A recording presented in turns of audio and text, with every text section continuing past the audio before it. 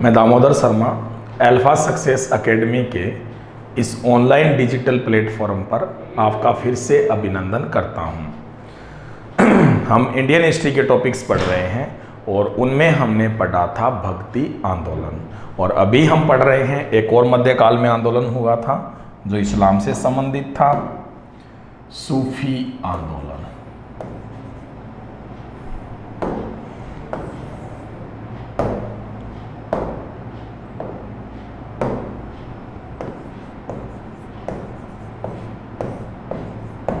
सूफी आंदोलन, ठीक है। तो भारत में जो सूफी आंदोलन था ना, उनके बारे में अभी अपन पढ़ेंगे, ठीक है। भारत में सूफी जो सिलसिले हैं, सिलसिला समझ गए ना, जो संप्रदाय, सिलसिलों का जो आगमन है वो मोहम्मद गोरी के आक्रमण के बाद प्रारंभ हुआ,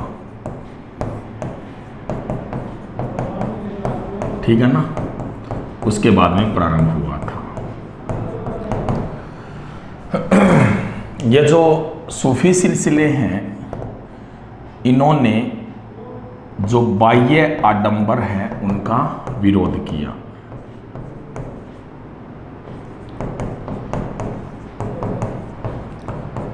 इन्होंने सामान्यतया साधारण जीवन बिताया और ये राजनीति से सामान्यतया दूर रहे थे, ठीक है ना। तो ये थे सूफी संत। तो अपन पढ़ते हैं, थोड़ा सूफी के बारे में परिचय ले लेते हैं। सूफी शब्द है ना, वो अरबी भाषा के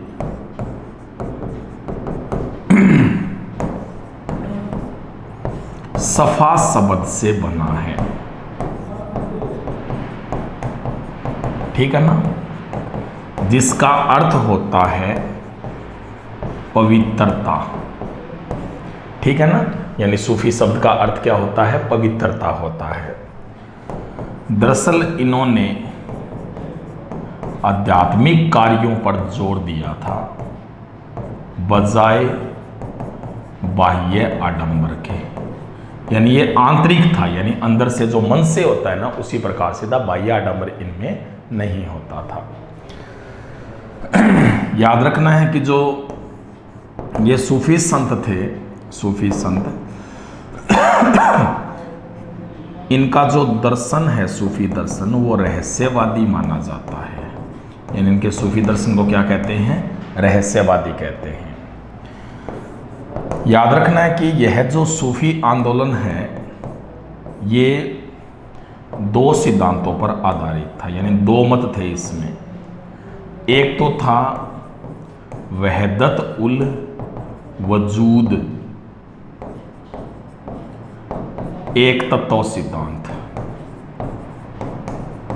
ठीक है ना। इसमें यह कहा गया था कि सृष्टि और जो अल्लाह है ना, वो एक है, ये कहा गया। जैसे अपने अद्वैतवाद था ना, वैसे ही कौन सा था? वहदत उल वजूद, वजूद है, वजूद नहीं है, सॉरी, ठीक है। तो वहदत उल वजूद था, ये एक तत्व सिद्धांत था जिसमें बताया गया था कि सृष्टि और जो अल्लाह है ना, वो एक ही होते हैं।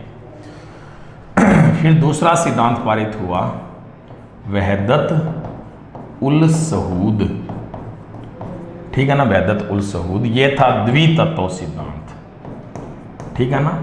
ये जो सिद्धांत था, इसमें कहा गया कि सृष्टि और अल्लाह है ना, वो भिन्न भिन्न है। तो ये जैसे द्वैतवाद था ना भक्ति आंदोलन में, वैसे ही वहदत उल सहूद था, ठीक है। याद रखना है कि जो सूफी आंदोलन है, ये दो प्रकार के संत होते थे उसमें। एक तो होते थे बासरा और एक होते थे बेसरा। बासरा वे होते थे जो शरीयत कानून को मानते थे। जो शरीयत कानून होता है ना, कट्टर इस्लामिक कानून, उसे मानने वाले तो क्या कहलाते थे? बासरा।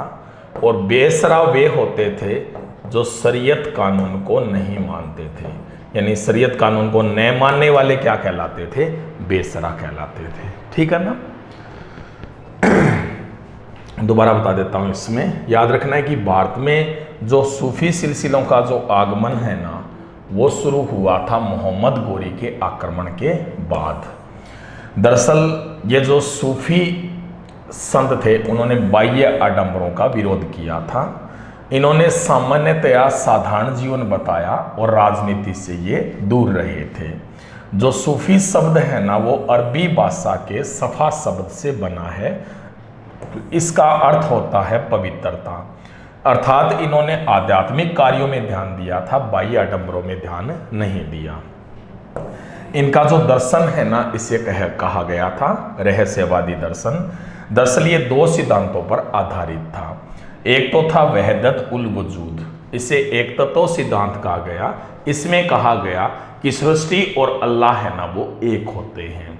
दूसरा था वहदत उल सहूद, इसे द्वितत्व सिद्धांत कहा गया। इसमें कहा गया कि सृष्टि और अल्लाह है ना, वो भिन्न भिन्न होते हैं। दरअसल इसमें दो प्रकार के संत होते थे। एक तो थे बासरा, ये संत थे ना, ये शरीयत कानून को मानते थे, जबकि बेसरा है ना, ये शरीयत कानून को नहीं मानते थे। ठीक है, आगे चलते हैं।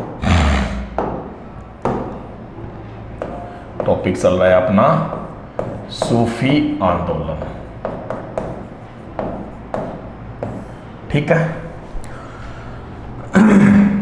याद रखना है कि ये जो रहस्यवादी मत था, इसमें मुख्य लक्ष्य था ईश्वर में फना हो जाना। यानी मुख्य लक्ष्य क्या था कि ईश्वर में फना क्या होता है? विलीन होना। यानी ईश्वर में फना होना यानी विलीन होना ही इनका मुख्य लक्ष्य था। इसके लिए इन्होंने सहारा लिया था किसका? समा का। समा क्या होता है? संगीत व नृत्य। इनका इन्होंने सहारा लिया। ठीक है ना। यानी इनका लक्ष्य था ईश्वर में फना होना, और इसके लिए इन्होंने किसका सहारा लिया था? समा का, यानी संगीत और नृत्य का सहारा लिया। पहले जो रहस्यवादी संत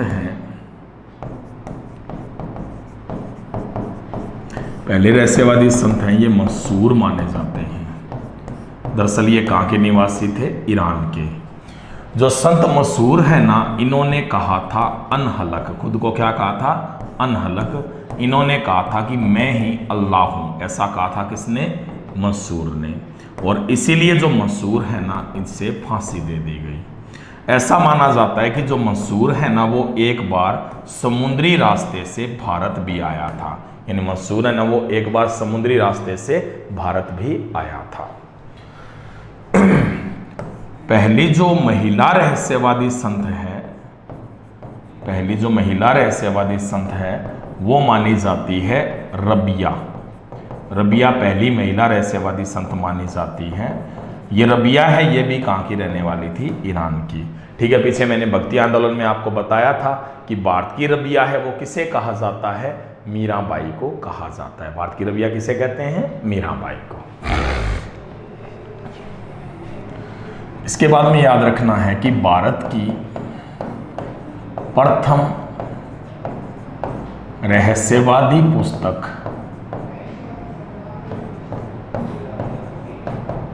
कौन सी मानी जाती है? कशफ उल महजूब। कशफ उल महजूब है ना, ये भारत की पहली रहस्यवादी पुस्तक मानी जाती है। इसकी जो रचना है वो की थी अली हुजवेरी ने। ये गजनी के साथ भारत आया था, और इसने इसकी जो रचना है वो कहाँ पे की थी? लाहौर में की थी। लाहौर में अली हुजवेरी के द्वारा रचना की गई थी। किसकी? कशफ उल महजूब की। आपको है ना सूफी आंदोलन के कुछ शब्द याद रखने हैं। सूफी संतों के आंदोलन में जो शब्द यूज किए गए थे वो याद रखने हैं। बहुत इंपॉर्टेंट है, ये बहुत बार एग्जाम में आ जाता है। सूफी संत है ना, उनमें गुरु है, उसे कहा जाता है पीर या मुर्शीद। क्या कहते हैं? पीर या मुर्शिद किसे कहा जाता है?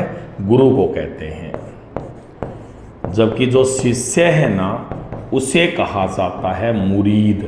तो एक बार है ना ऐसे आया था एग्जाम में कि शिष्य को मुर्शिद कहते हैं, सुमली छांटना था, तो मुर्शिद नहीं कहते ना बल्कि मुरीद कहते हैं, क्योंकि मुर्शिद और यदि अपन बात करें पीर है तो वो किसको कहा जाता है? गुरु को। उसके बाद में वली, वली किसको कहते हैं? उत्तराधिकारी को। उत्तराधिकारी को क्या कहा जाता है? वली कहते हैं। ठीक है। विलायत, विलायत क्या होती है? सूफी संतों की संस्था। जो सूफी संतों की संस्था होती है ना उसे क्या कहा जाता है? विलायत कहते हैं। ठीक है।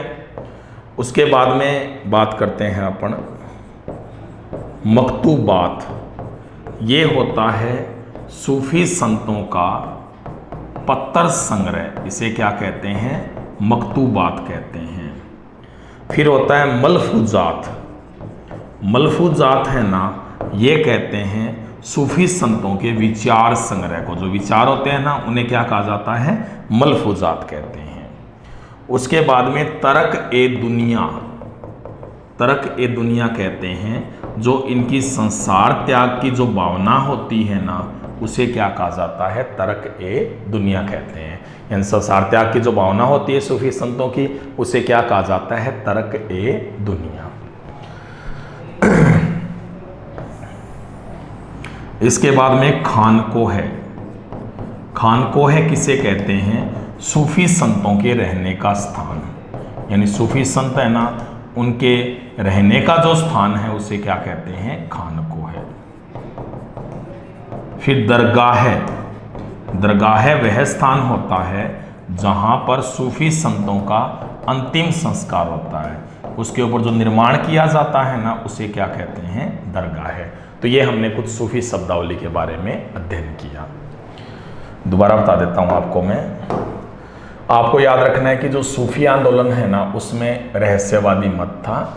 दरअसल सूफी संतों का लक्ष्य होता था ईश्वर में फना होना। ईश्वर में फना का मतलब ईश्वर में विलीन हो जाना। ठीक है ना। और इसके लिए इन्होंने समा का सहारा लिया था। समा किसे कहते हैं? संगीत व नृत्य को कहा जाता है। पहले जो रहस्यवादी संत है ना वो कौन थे? मंसूर थे। ये कहाँ के रहने वाले थे? ईरान के रहने वाले थे। ठीक है ना। दरअसल जो मंसूर है ना इन्होंने खुद को अनहलक कहा था। इन्होंने कहा था कि मैं ही अल्लाह हूँ। बाद में इन्हें फांसी दे दी गई थी। दरअसल जो संत मंसूर है ना ये समुद्री रास्ते से भारत भी आया था। पहली जो महिला रहस्यवादी संत है ना वो कौन मानी जाती है? रबिया। ये भी कहाँ की रहने वाली थी? ईरान की रहने वाली। भारत की जो रबिया है वो किसे कहा जाता है? मीराबाई को कहा जाता है। याद रखना है कि भारत की जो प्रथम रहस्यवादी पुस्तक है वो कौन सी थी? कसफ उल महजूब। यानी भारत की पहली रहस्यवादी पुस्तक कौन सी मानी जाती है? कसफ उल महजूब मानी जाती है। इसकी जो रचना है ना वो किसने की थी? अली हुजवेरी ने। और इसकी जो रचना है वो कहाँ पर की गई थी? लाहौर में की गई थी। ठीक है। अब पढ़ते हैं अपन सूफी शब्दावली। यानी सूफी शब्दावली क्या क्या है, किस शब्द को क्या कहा जाता है, ये बहुत बार एग्जाम में आता है। जो गुरु है ना उसे कहा जाता है पीर या मुर्शीद। जो शिष्य है ना उसे क्या कहते हैं? मुरीद कहते हैं। उत्तराधिकारी है ना उसे क्या कहा जाता है? वली कहते हैं। जो विलायत है ना ये होती है सूफी संतों की संस्था। यानी सूफी संतों की जो संस्था है उसे क्या कहा जाता है? विलायत कहते हैं। मकतूबात किसे कहते हैं? सूफी संतों के पत्तर संग्रह को क्या कहा जाता है? मकतूबात। जबकि जो मलफूजात है ना ये सूफी संतों के विचार संग्रह को कहा जाता है। सूफी संतों के जो संसार त्याग की जो भावना होती है उसे कहते हैं तरक ए दुनिया। उसे क्या कहा जाता है? तरक ए दुनिया। जबकि जो खानको है ना ये सूफी संतों के रहने के स्थान को कहा जाता है। दरगाह सूफी संतों का जो अंतिम संस्कार स्थल होता है ना जहाँ पे निर्माण किया जाता है तो उस निर्माण को क्या कहते हैं? दरगाह। ठीक है ना। तो ये हमने प्रारंभिक जानकारी दी है किसके बारे में? सूफी आंदोलन की।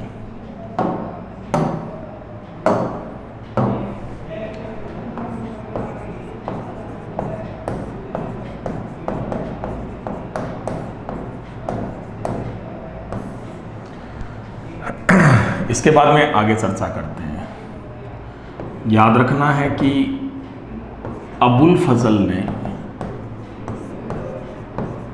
अपने ग्रंथ आइन ए अकबरी में कुल 14 सूफी सिलसिलों का वर्णन किया है। यानी इनके अनुसार कुल कितने सूफी सिलसिले थे? 14 सूफी सिलसिले थे। तो ये क्वेश्चन आया था पिछली से पिछली बार सेकंड ग्रेड के एसएसटी वाले पेपर में, ठीक है ना, कि कितने सूफी सिलसिले हैं ना, उनका वर्णन किया गया है आइन अकबरी में। तो कितने हैं? कुल 14 है। सूफी आंदोलन की जो शुरुआत है ना, वो मानी जाती है ईरान से। सूफी आंदोलन की शुरुआत कहाँ से हुई थी? ईरान से हुई थी। विश्व का सबसे प्राचीन जो सूफी सिलसिला है, विश्व का सबसे प्राचीन जो सूफी सिलसिला है वो था कादिरी। यानी विश्व का सबसे प्राचीन सूफी सिलसिला कौन सा था? कादिरी।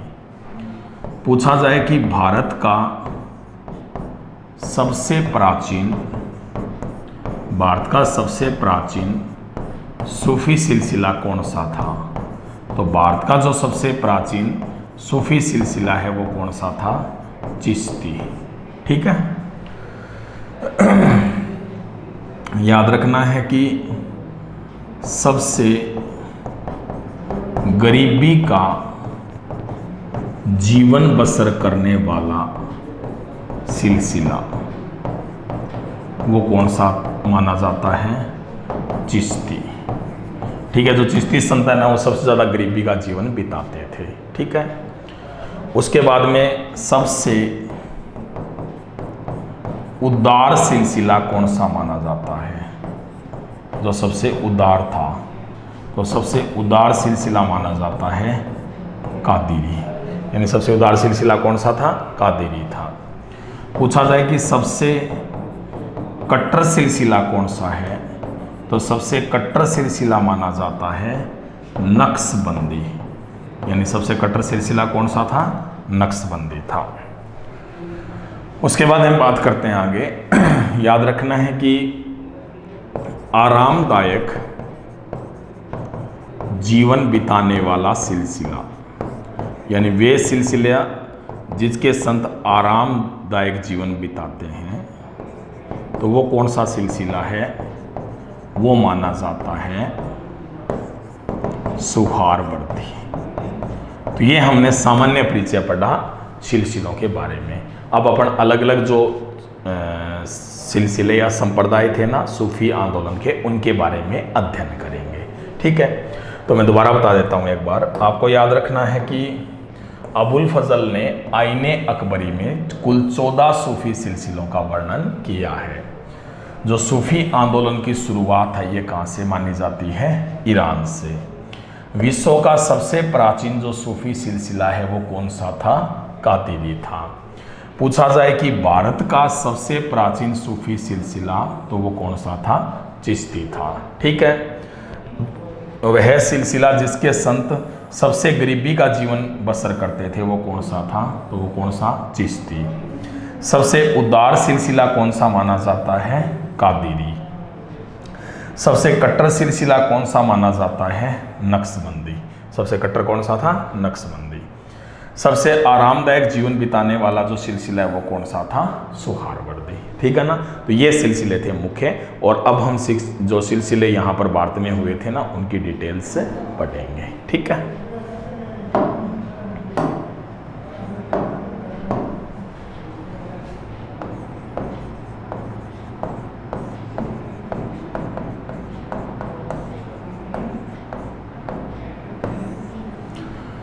तो सूफी आंदोलन में अब पढ़ेंगे प्रमुख सिलसिले।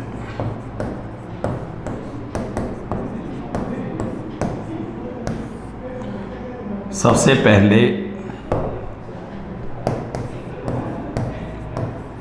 चिश्ती सिलसिला।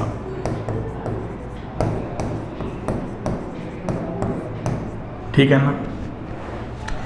चिश्ती सिलसिले की जो स्थापना है वो भारत में हुई थी 12वीं शताब्दी में, ठीक है ना। और इसकी जो स्थापना थी वो किसने की थी? ख्वाजा मोइनुद्दीन चिश्ती के द्वारा, ठीक है ना। ख्वाजा मोइनुद्दीन चिश्ती ने इसकी स्थापना की थी। स्थापना कहाँ हुई थी इसकी? ये अजमेर में हुई थी, ठीक है। चिश्ती सिलसिले की बात करते हैं तो चिश्ती सिलसिले के संत हैं, चिश्ती सिलसिले के संत ये गरीबी का जीवन बिताते थे, ठीक है ना। दरअसल ये हमेशा जो भौतिक सुख सुविधाएं थी ना, भौतिक सुख सुविधाएं, उनका बहिष्कार करते थे। ये जो संत हैं ये सुल्तानों द्वारा दिए जाने वाले जो पद थे ना उन्हें अस्वीकार करते थे, यानी उन्हें अस्वीकार किया जाता था, ठीक है। दरअसल इस सिलसिले के जो संत हैं ना, जो चिश्ती सिलसिले के संतों की बात कर रहे हैं, ये सुल्तानों द्वारा कोई उपाधि दी जाती थी उसे भी क्या कर देते थे? अस्वीकार करते थे। जो चिश्ती सिलसिले के संत हैं ना, ये मानते थे कि ईश्वर और मनुष्य का जो संबंध है ना, ईश्वर और मनुष्य का जो संबंध है वो संबंध माना जाता है प्रेमी व प्रेमिका का, यानी ईश्वर और मनुष्य का संबंध मानते थे, प्रेमी व प्रेमिका का माना जाता था, ठीक है। इसमें सबसे पहले अपन पढ़ रहे हैं ख्वाजा मोइनुद्दीन चिश्ती को, ठीक है ना। ख्वाजा मोइनुद्दीन चिश्ती है, ये दरअसल सिजिस्तान के रहने वाले थे, सिजिस्तान के निवासी थे ख्वाजा मोइनुद्दीन चिश्ती। जो सिजिस्तान है ये कहाँ पर पड़ता है? ईरान में, यानी सिजिस्तान के निवासी थे। सिजिस्तान कहाँ पड़ता है? ईरान में पड़ता है। ये लगभग 1191 ईस्वी में मोहम्मद गोरी के साथ भारत आए थे, ठीक है ना। मोहम्मद गोरी के साथ भारत आए थे। कौन? ख्वाजा मोइनुद्दीन चिश्ती। ख्वाजा मोइनुद्दीन चिश्ती ने भारत आकर के अपना जो केंद्र है ना वो किसको बनाया था? अजमेर को केंद्र बनाया था, यानी ख्वाजा मोइनुद्दीन चिश्ती के द्वारा अजमेर को केंद्र बनाया गया था, ठीक है। अजमेर में ही इन्होंने स्थापना की थी चिश्ती सिलसिले की। ये मैंने पहले ही बता दिया ना कि चिश्ती सिलसिले की स्थापना कहाँ हुई थी? तो अजमेर में हुई थी। जो ख्वाजा मोइनुद्दीन चिश्ती है उनकी जो खानको है, खानको समझ गए ना, जो कुटिया होती है जहाँ पे सूफी संत रहते हैं, इनकी जो खानको है वह भी कहाँ पर बनी हुई है? अजमेर में, यानी ख्वाजा मोइनुद्दीन चिश्ती की जो खानको है वो कहाँ पे है? अजमेर में है। ख्वाजा मोइनुद्दीन चिश्ती को मोहम्मद गोरी ने, यानी जो मोहम्मद गोरी थे ना, उन्होंने इन्हें सुल्तान उल हिंद कहा था, यानी भारत का आध्यात्मिक सुल्तान कहा गया था। किसको? ख्वाजा मोइनुद्दीन चिश्ती को। किसने कहा था? मोहम्मद गोरी ने। जो ख्वाजा मोइनुद्दीन चिश्ती है इन्हें गरीब नवाज के नाम से जाना जाता है, ठीक है ना। गरीब नवाज के नाम से जानते हैं किसको? ख्वाजा मोइनुद्दीन चिश्ती को। ख्वाजा मोइनुद्दीन चिश्ती है ना, इनकी जो दरगाह है वो भी कहाँ पर बनी हुई है? अजमेर में बनी हुई है। दरगाह कहाँ पे है इनकी? अजमेर में है। जो ख्वाजा मोइनुद्दीन चिश्ती है इनकी जो दरगाह अजमेर में बनी हुई है उसका जो निर्माण है वो किसने करवाया था? इल्तुतमिश के द्वारा निर्माण करवाया गया था, यानी इल्तुतमिश ने ही इस दरगाह का निर्माण करवाया था, ठीक है। दरअसल यहाँ पर दो देग भी रखी गई है। जो बड़ी देग है वो रखवाई थी किसने? अकबर ने। और छोटी देग है ना वो किसने रखवाई थी? जहांगीर ने। यहाँ पर रजब महीने में मेला बढ़ता है, यानी इस्लाम का जो रजब महीना आता है ना उसमें मेला बढ़ता है। दरअसल ये जो दरगाह है ना, ये मैंने पहले ही बताया था कि इन्होंने जो सांप्रदायिक विभिन्नताएं थी ना, उनको सूफी संतों ने नकारा था। तो यहाँ पर दरअसल सभी धर्मों के लोग आते हैं और यहाँ पर चादर चढ़ाई जाती है और कहते हैं कि जो भी यहाँ पर मन्नत मांगी जाती है वो पूरी भी होती है। ठीक है ना। तो ये ख्वाजा मोइनुद्दीन चिश्ती थे। इनके बारे में एक कहानी भी प्रसिद्ध है जो काफ़ी चमत्कारिक मानी जाती है। कहते हैं कि यहाँ पर एक बार एक औरत आई थी और उसने कहा था कि गरीब नवाज मुझे एक बच्चा दे दीजिए। वो निसंतान थी। ठीक है ना। कहते हैं कि उसके बाद उसके पुत्र का जन्म हुआ। पुत्र थोड़ा बड़ा हुआ तो इन्होंने सोचा कि गरीब नवाज नहीं दिया है तो वहाँ पर जाकर चादर चढ़ाई जाए। अपने पुत्र को लेकर के चली गई वहाँ पर। कहते हैं कि उसी समय जो उसका पुत्र था, जब वो वहाँ पर इबादत कर रही थी तो पुत्र है ना वो कढ़ाई में जाके गिर गया। वहाँ पे बहुत देग कहते हैं जिसमें बहुत सारी सब्जी बनती है एक साथ, तो उसमें जाकर गिर गया। तो वो तो गर्म थी। अब सारे इधर उधर भागे आए।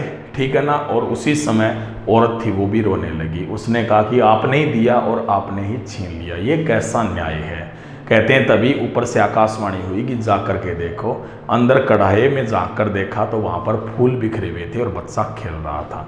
तो ये चमत्कार है। तो मतलब काफ़ी ज़्यादा प्रसिद्ध मानी जाती है दरगाह, और यहाँ पर कहते हैं कि मन्नत भी पूर्ण होती है। ठीक है ना। और सांप्रदायिक सद्भावना का केंद्र माना जाता है क्योंकि सारे ही धर्मों के लोग यहाँ पर आते हैं।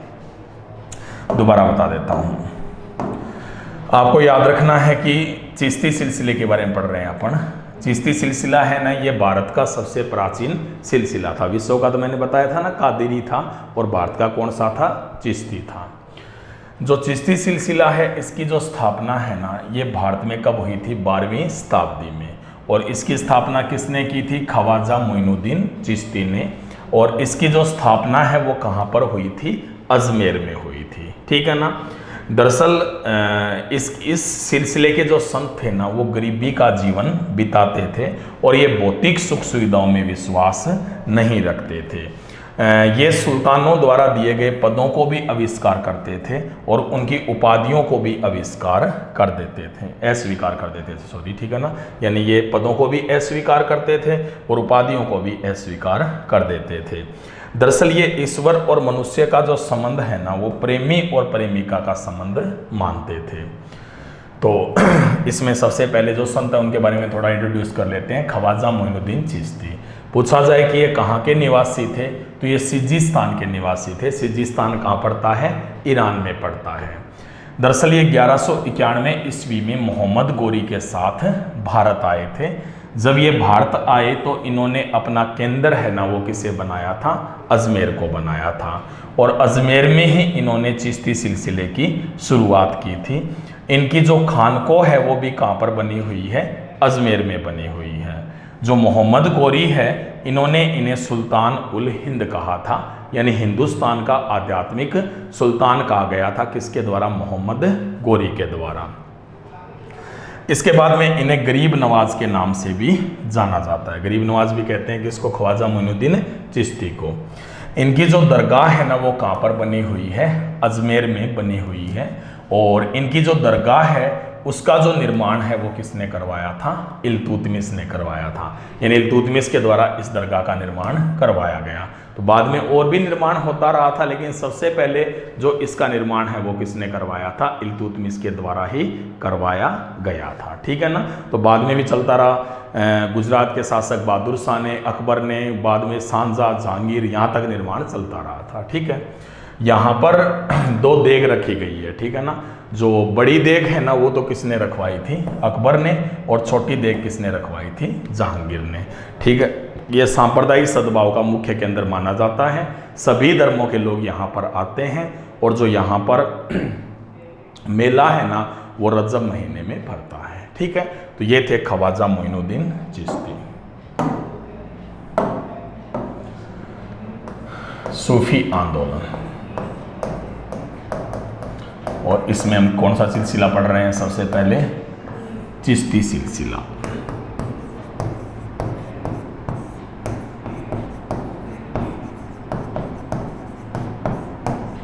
ठीक है। और सबसे पहले अपन ने किसे पढ़ा था? ख्वाजा मोइनुद्दीन चिश्ती को। ठीक है, सबसे पहले ख्वाजा मोइनुद्दीन चिश्ती को पढ़ा।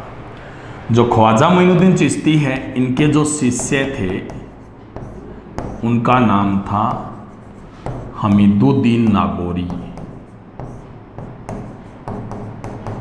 ये इनके शिष्य थे। हमीदुद्दीन नागौरी है ना, ये खुरासान के निवासी थे।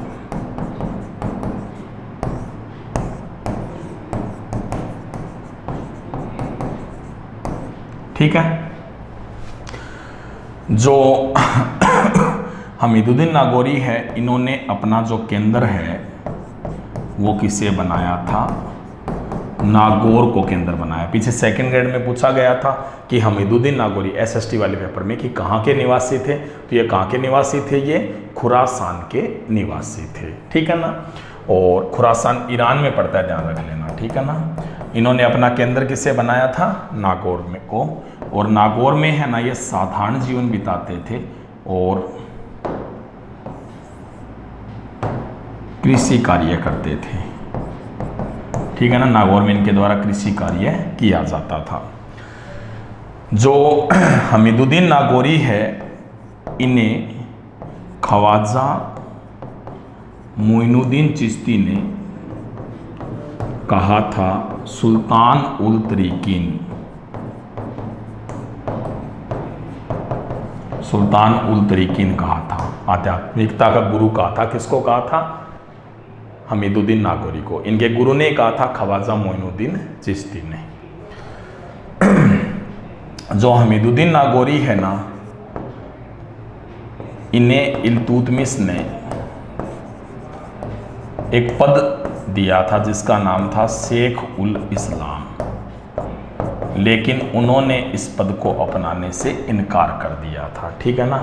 ये जो पद दिया था ना, ये इन्होंने लेने से इनकार कर दिया था। किसने? ख्वाजा मोइनुद्दीन चिश्ती ने। जो ख्वाजा मोइनुद्दीन, सॉरी बात कर रहे हैं हमीदुद्दीन नागौरी की, सॉरी। ठीक है ना। जो हमीदुद्दीन नागौरी थे ना, उन्होंने शेख उल इस्लाम का पद लेने से इनकार किया।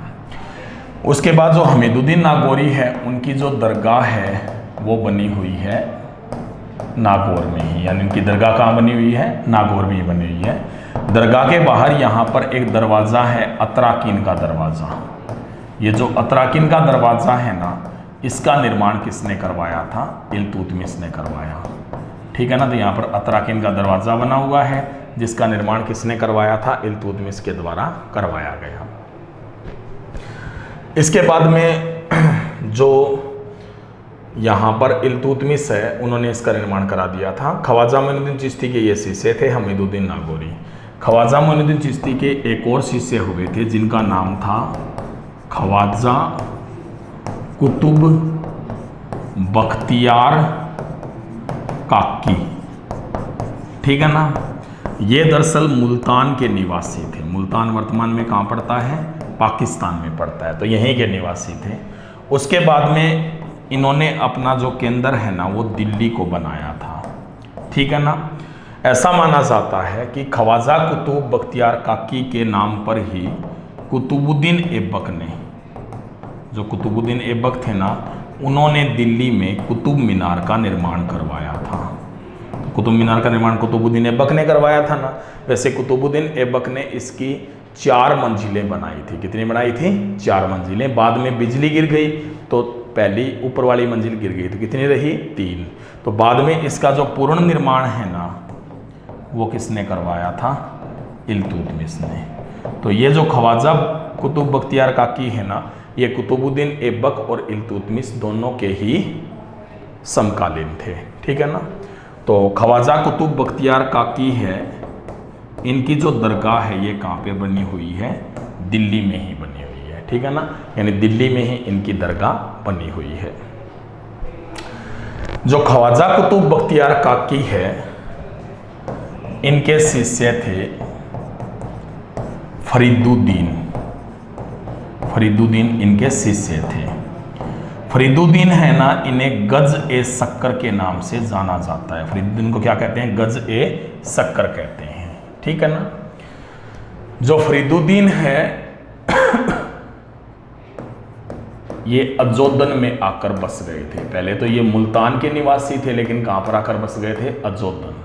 अजोदन पंजाब में ही पड़ता है, ठीक है ना।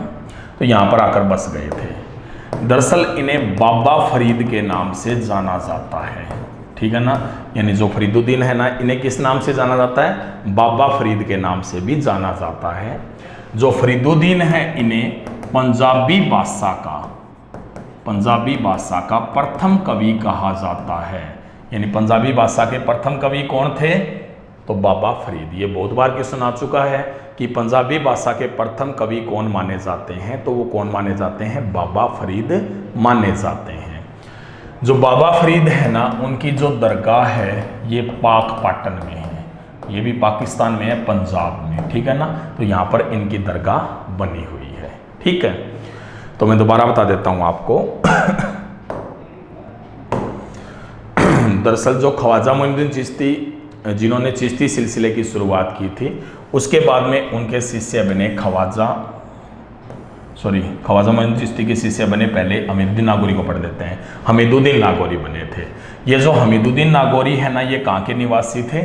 खुरासान के निवासी थे। खुरासान है ये कहाँ पे पड़ता है? ईरान में पड़ता है। यहीं के निवासी थे हमीदुद्दीन नागौरी। इन्होंने अपना जो केंद्र है ना, वो किसे बनाया था? नागौर को। और यहाँ पर ये कृषि कार्य करते थे। नागौर को केंद्र बनाया और यहाँ पर कृषि कार्य किए जाते थे। किसके द्वारा? हमीदुद्दीन नागौरी के द्वारा। जो हमीदुद्दीन नागौरी है, इन्हें ख्वाजा मोइनुद्दीन चिश्ती ने उपाधि दी थी सुल्तान उल तरीकीन की। हमीदुद्दीन नागौरी को सुल्तान इल्तुतमिश, सुल्तान थे ना इल्तुतमिश, उन्होंने शेख उल इस्लाम का पद दिया था। उन्होंने कहा था कि आप शेख उल इस्लाम का पद ले लो, लेकिन इन्होंने लेने से इनकार किया, क्योंकि मैंने पहले ही बताया था ना कि ये किसी भी पद को अस्वीकार कर देते थे। जो हमीदुद्दीन नागौरी है ना, इनकी जो दरगाह है वो कहाँ पर बनी हुई है? नागौर में। यहीं पर एक अतराकिन का दरवाज़ा बना हुआ है, जिसका निर्माण किसने करवाया था? इल्तुतमिश ने। ख्वाजा मोइनुद्दीन चिश्ती के एक और शिष्य थे, जिनका नाम था ख्वाजा कुतुब बख्तियार काकी। ये कहाँ के निवासी थे? मुल्तान के निवासी थे। और इन्होंने अपना जो केंद्र है वो किसको बनाया था? दिल्ली को बनाया था। दरअसल इनसे काफ़ी प्रभावित थे दिल्ली के सुल्तान, जिनका नाम था कुतुबुद्दीन ऐबक, जो सुल्तनत काल में थे ना सुल्तान, पहले गुलाम वंश के संस्थापक, ठीक है ना। तो ये इनसे काफ़ी प्रभावित थे। कुतुबुद्दीन ऐबक ने इन्हीं के नाम पर किसका निर्माण करवाया था? कुतुब मीनार का। बाद में इसका जो पूर्ण निर्माण है वो किसने करवाया था? इल्तुतमिश ने करवाया था, ठीक है ना। याद रखना है कि इनकी जो दरगाह है ना, वो भी कहाँ बनी हुई है? दिल्ली में बनी हुई है। तो ये दोनों के समकालीन थे, कुतुबुद्दीन ऐबक के, और किसके समकालीन थे? इल्तुतमिश के समकालीन थे, ख्वाजा कुतुब बख्तियार काकी। जो ख्वाजा कुतुब बख्तियार काकी है ना, उनके शिष्य का नाम था फरीदुद्दीन। जो फरीदुद्दीन है, इन्हें गज ए शक्कर के नाम से जाना जाता है। यानी इन्हें किस नाम से जानते हैं? गज ए शक्कर के नाम से जाना जाता है। दरअसल ये मुल्तान में इनका जन्म हुआ, लेकिन ये कहाँ पे रहते थे? अजोदन में निवास करते थे, जो कहाँ पे है? पंजाब, पाकिस्तान वाले पंजाब में, ठीक है। दरअसल इन्हें बाबा फरीद के नाम से जाना जाता है। यानी इन्हें क्या कहते हैं? बाबा फरीद कहा जाता है। और जो बाबा फरीद है ना, बाबा फरीद, उन्हें पंजाबी बादशाह का प्रथम कवि माना जाता है। यानी पंजाबी बादशाह के जो प्रथम कवि थे वो कौन थे? बाबा फरीद थे, ठीक है। उसके बाद में जो बाबा फरीद है ना, बाबा फरीद, उनकी जो दरगाह है ना, वो कहाँ पे बनी हुई है? पाकपाटन में। तो ये थे चिश्ती सिलसिले के प्रारंभिक महत्वपूर्ण संत। और भी हम पढ़ेंगे, क्योंकि भारत में सबसे महत्वपूर्ण सिलसिला यही लोकप्रिय हुआ था, बाकी ज़्यादा लोकप्रिय नहीं हुए, लेकिन उनके बारे में थोड़ी चर्चा जरूर करेंगे। किसने स्थापना की, कहाँ पे स्थापना हुई, क्या उनका नियम होता था, ऐसी कुछ चीज़ें भी हम पढ़ेंगे। लेकिन मुख्य जो सिलसिला है वो चिश्ती है। और क्वेश्चन आने के यदि सूफी आंदोलन में चांसेस रहेंगे तो मूल रूप से चिश्ती में से ही आते हैं, ठीक है ना। तो जो आगे जो संत है उनके बारे में अध्ययन करेंगे, आगे जो सिलसिले हैं उनके बारे में भी अध्ययन करेंगे, लेकिन इसके लिए आपको अगले वीडियो का इंतजार करना होगा।